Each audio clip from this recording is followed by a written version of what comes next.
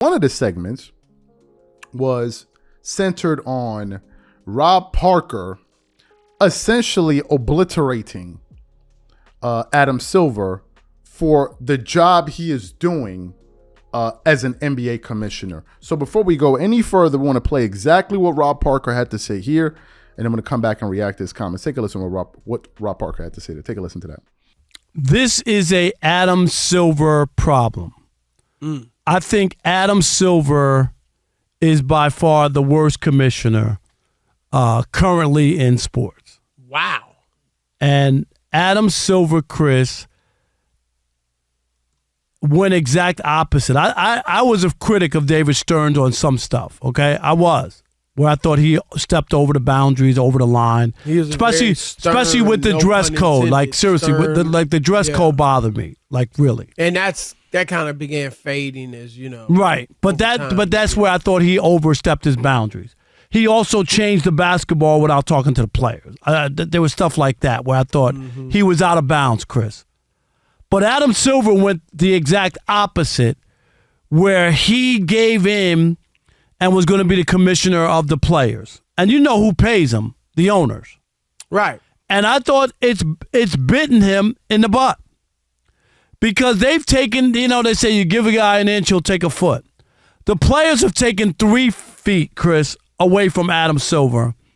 And what I mean is, forget about just him talking up, this is going to be competitive and this could be fun and all this stuff and not happening. But we've seen this marquee game after marquee game where these guys don't play.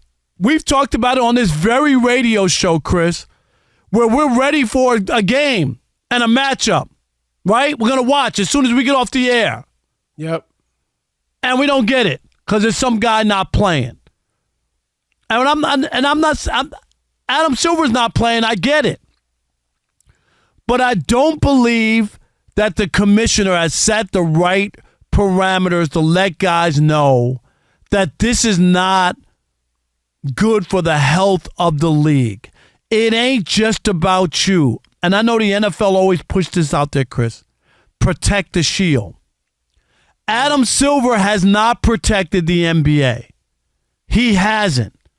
He's let the fans down. He's disappointed the TV networks. This is not your dad's NBA. And I'm not trying to be Mr. Old Man and, hey, you kids, get off my lawn.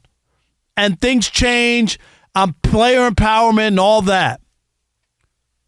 But you can't let players damage the long-term health of the league. And after that All-Star game, Chris, you might have lost some people who were on the fence, who are just like, this NBA, I can't get with this. What was that?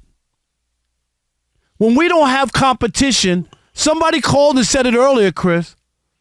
It's the WWE. Is that what we're going with the NBA?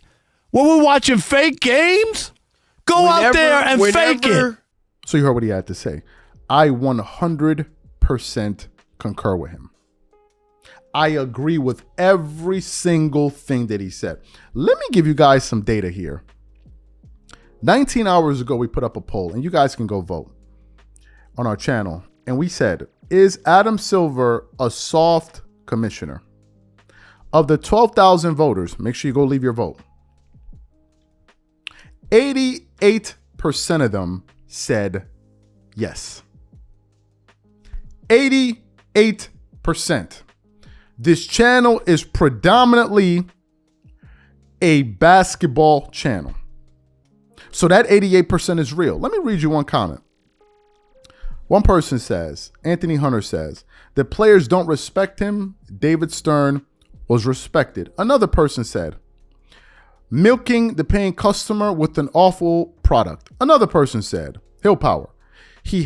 How he handled Draymond says everything. Another person said, soft is putting it nicely. Another person said, he commands respect like soggy milk toast.